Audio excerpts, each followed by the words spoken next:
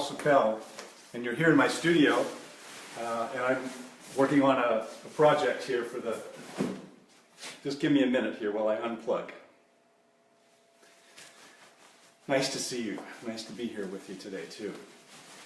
I have a project that's going on for some time now, and I wanted to show you how I really begin this project. And first of all, of course, I use a saw to do the silhouette shape of the sculpture I'm working on, but I really use this tool as a 10-inch diamond edge wheel to grind it. And although this is not a jade project, it's a marble project, it cuts just as well and it works the same way. So I don't often do marble, but this is a project that requires a particular color. So that's why I'm working on this. And I've shown it before a little bit, but I had to put it aside because I was working on an upcoming show that opens tomorrow, as a matter of fact. So all of those pieces I have been working on over the last month or more, maybe 2 months, I have all put aside and ready for the show. So now I go on to my next projects, and this is a commission piece.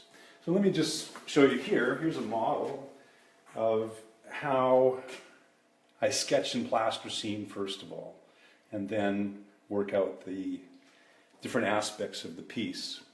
And this is going to be white with black, and in this case, this is a piece of black marble right here.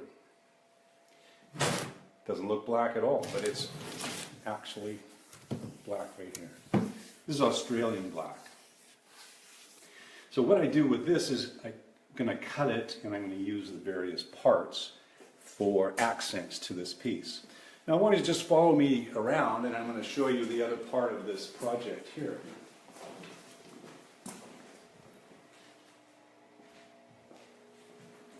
First of all, that's it over here on the drawing.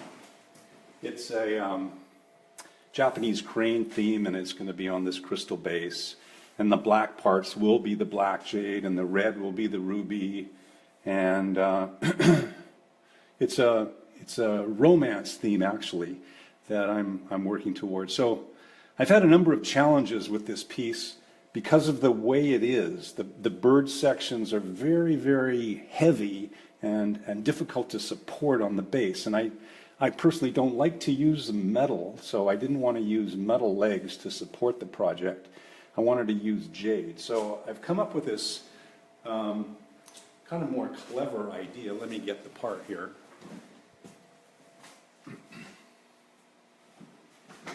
It's a part that's going to support the overall piece. And let me show you how I've got to this point.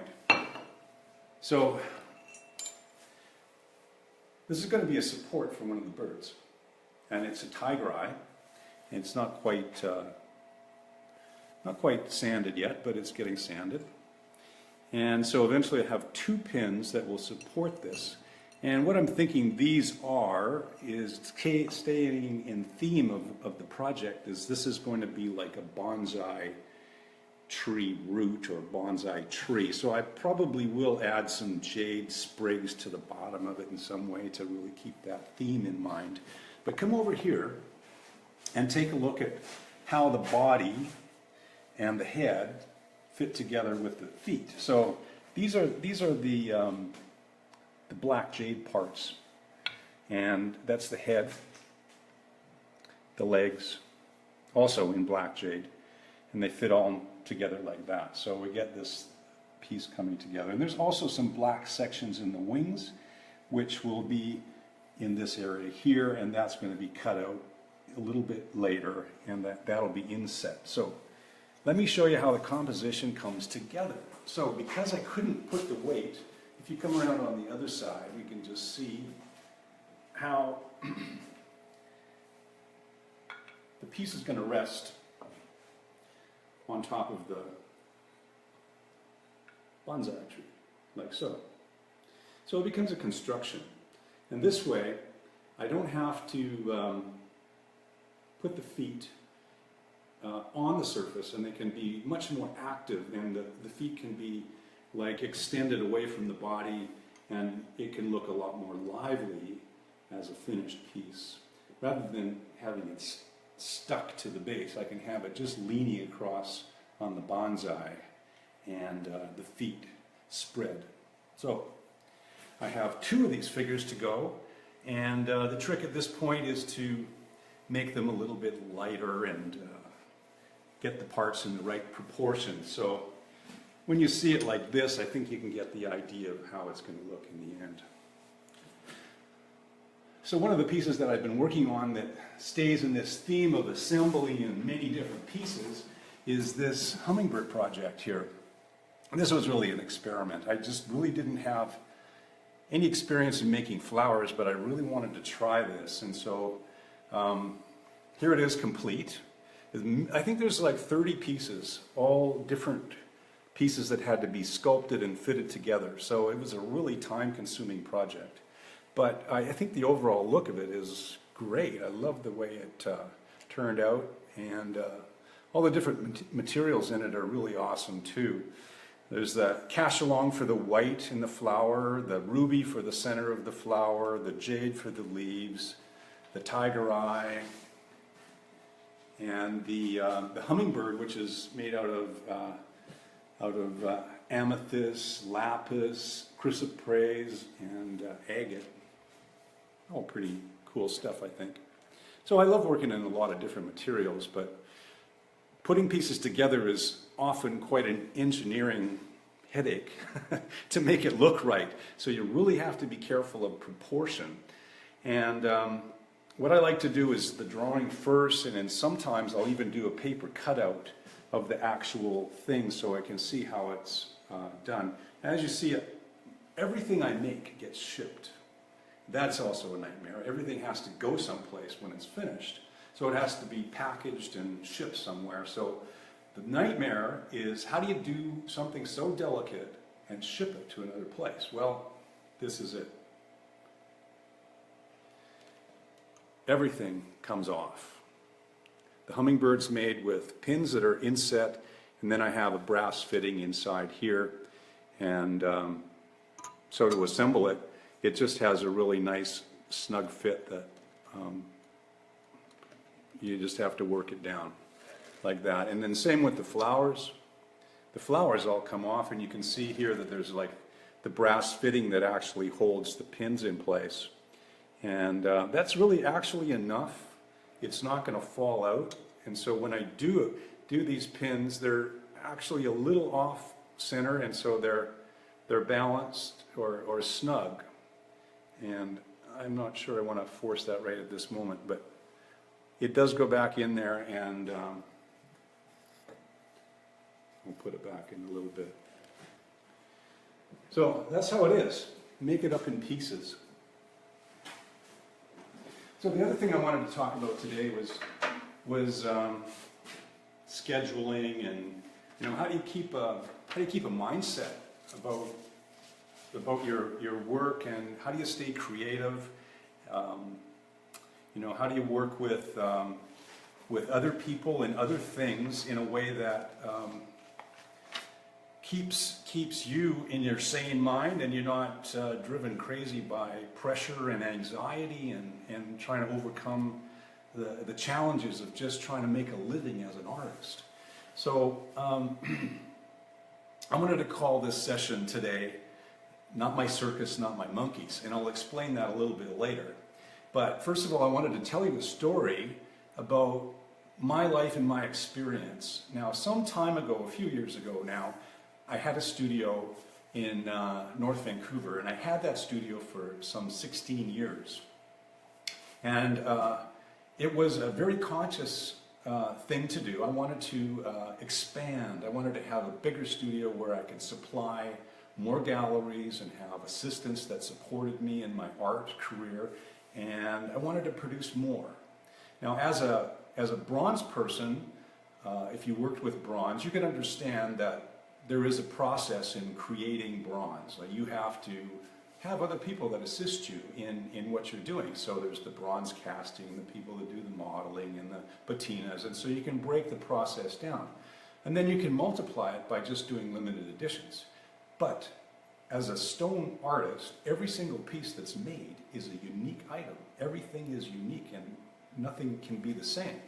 And especially in the gemstone world, you can't get the same kind of gemstone every single time. It all has to be different. So what comes of that is, of course, a really unique and creative art form, but it also brings on challenges.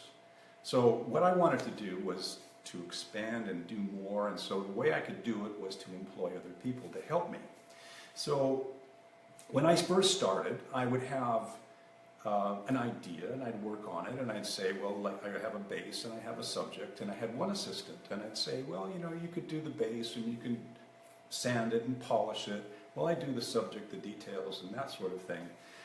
So that worked fine, and then I'd have two assistants because I had more work, and so I needed more help. And I could say, well, okay, then you can do the rough cut, you can do the polish, you can do the sanding, and I'll do the subject. And that was fine. Then I got more employees, and so when I moved into this larger studio space, which was 5,000 square feet, we had up to a maximum of 12 employees at that point. And we had a retail gallery in the front of the studio, which had to be managed. And then we also had a retail gallery in downtown Vancouver, which was a separate thing. So there was a lot of activity going on. And this was a conscious thing on my part. I wanted this in my life. Can you believe that? But I wanted this in my life. And I felt I could be creative. Well, I did it. So I employed all these people. And how I do things is I just jump into it head first and then start swimming. So that's what I did when I started this whole enterprise. And I hired a lot of people that had some experience in sculpture, but I didn't have a schedule. I didn't have an idea. I didn't know what I was going to do. I just took it from the same place I had started with one employee. Well, when you have 12 people asking for advice and ideas on how they should continue with their workday, you can't schedule enough. You can't schedule 12 people while they're all waiting in line. So I found myself like a complete failure at scheduling. I had 12 employees, and I wanted to control all the art that was going to be made. So the designs had to come from me, and so they all had to wait in line to hear from me about what they would do next on the project. So I'd find that my employees were having a wonderful day. They'd drink coffee until I, who ran around like a crazy person through the studio trying to give everybody direction on my projects, they'd have a nice easy day drinking coffee and waiting for my schedule or my direction on what to do next on the project. Well, obviously, that didn't work. So I had one very brilliant person in my midst who gave me an idea. She said, what you need to do is have a board with a drawing and then break down the process of how you're going to produce these pieces. You're going to sand them, you're going to grind them, you're going to cut them, you're going to put the parts together, you're going to polish them, you're going to do all these things. So itemize each thing and then schedule each person to do a particular item on that job, but have the drawing complete so that they could all see what it was.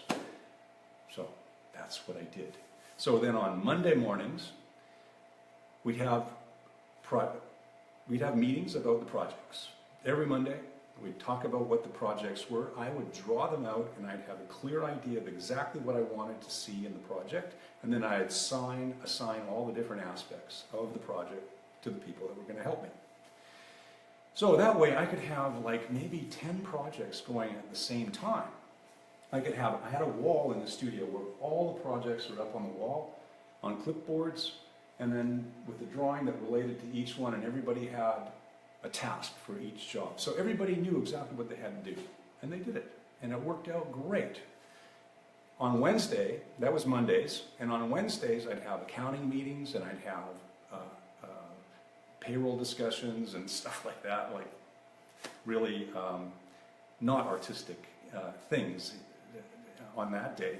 And on Fridays, we'd have marketing meetings with the retail people that helped us, and we'd have plans and strategies on Fridays. So that left me Tuesdays and Thursdays where I would be creative, mostly. And I'd draw, come up with ideas, and sort of plan for this weekend and the following week. So, you know,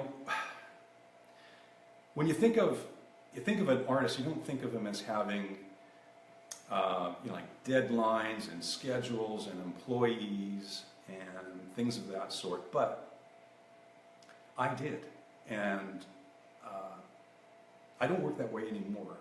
I only have 2 assistants in the studio, which is my choice. I wanted to create things differently. I wanted to create on a different level, so I switched it around.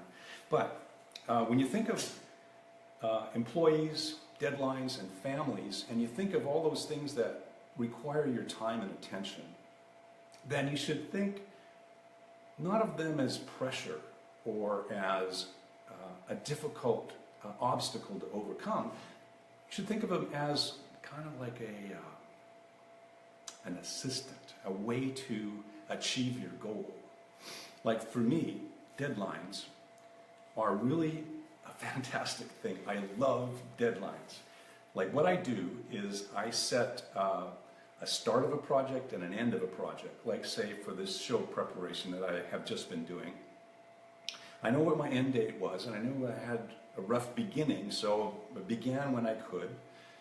And I just had to do those projects over that time frame. So what that does for me is it's an event. I place it on the calendar and I just follow through with that on that day or over that time schedule. So it keeps my mind focused. Whenever I come into the studio, that's what I'm going to do. I'm working on that schedule. I'm working on that project. I'm working on that event. So what's the outcome? The outcome for me is a really engaged, creative mind. Like I am focused on my art 24/7. I'm always thinking about this project, this event, because it's a focused time frame and I'm on it. So what happens to me is I just get a flood of ideas. And I'm talking like, I say they're high-level ideas. They're not just simple little projects that are, I have more ideas and things to produce than I can actually put together.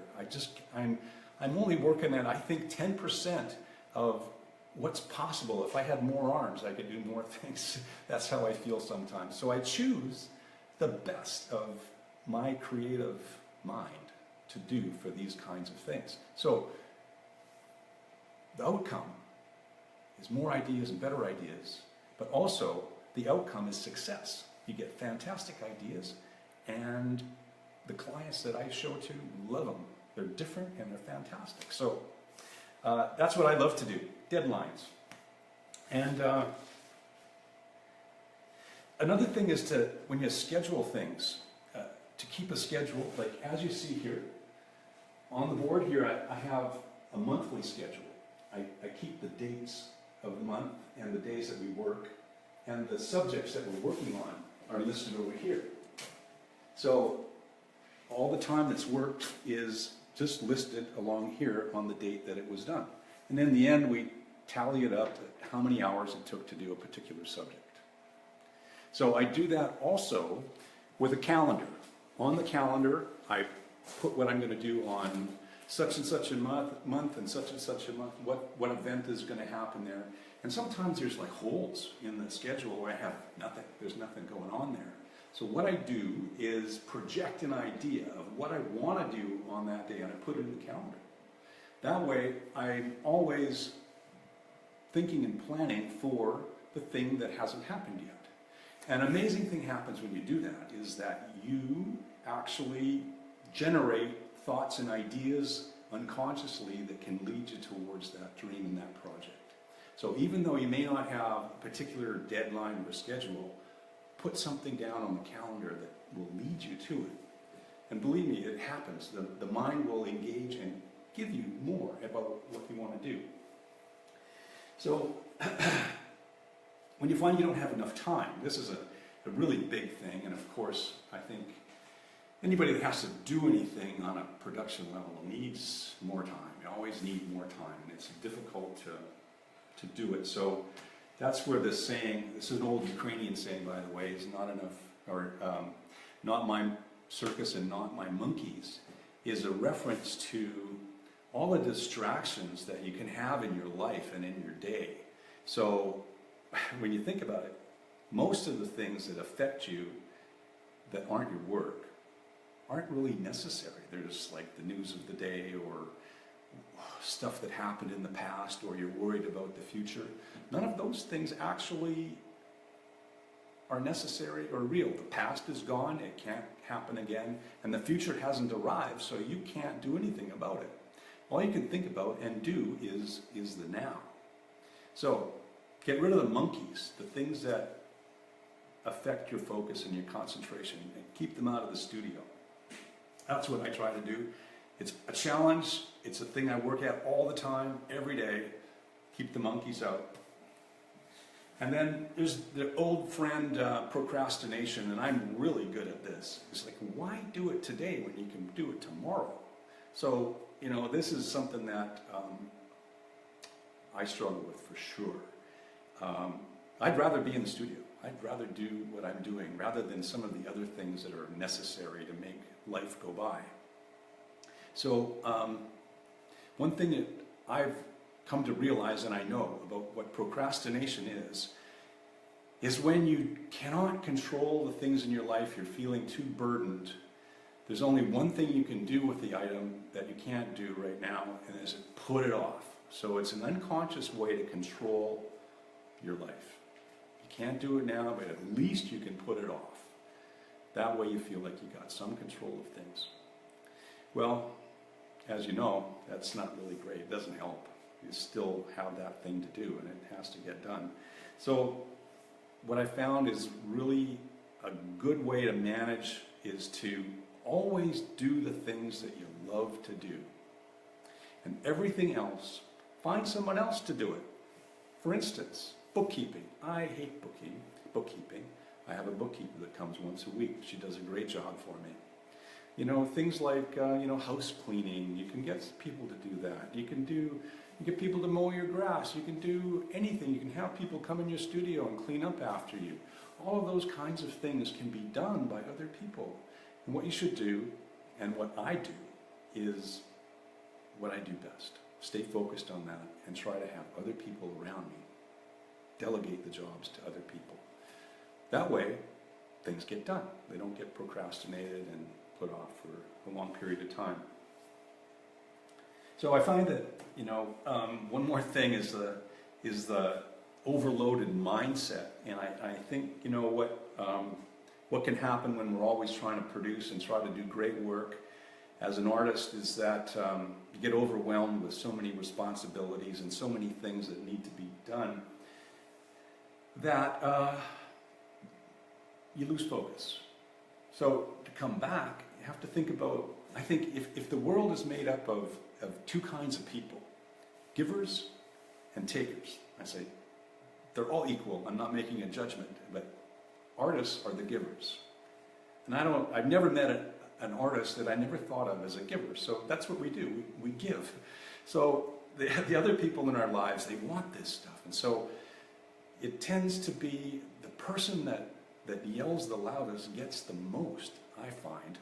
So that's where you can lose control. You're always giving to the one that's trying to call the loudest, and so you kind of lose your focus in what you're doing. Instead of being present in the now, doing what you need to do, you're always trying to give and give and give. So the solution is really to have autonomy, to be aware. And that's something I work at right now, every day. I wake up in the morning and I have a little card that I write on, that I keep in my pocket, and it says, I want autonomy for myself. Autonomy, autonomy, autonomy. So I have my own rules, my own space. I say how I want to do what I'm doing, and that way I can give to the people that need it in the order that they need to have it. So, but they're not pushing and shoving at me, because I have my own boundaries, I have my own space that I work from. And that's how I get success. I come from that place, and I share from that place, and I found that really people really appreciate it more. They know where I stand. So, remember, keep the monkeys out, don't procrastinate, get someone else to do it, and have autonomy. So, thanks for listening to me today, and It's been fun. I appreciate you being with me. Bye for now.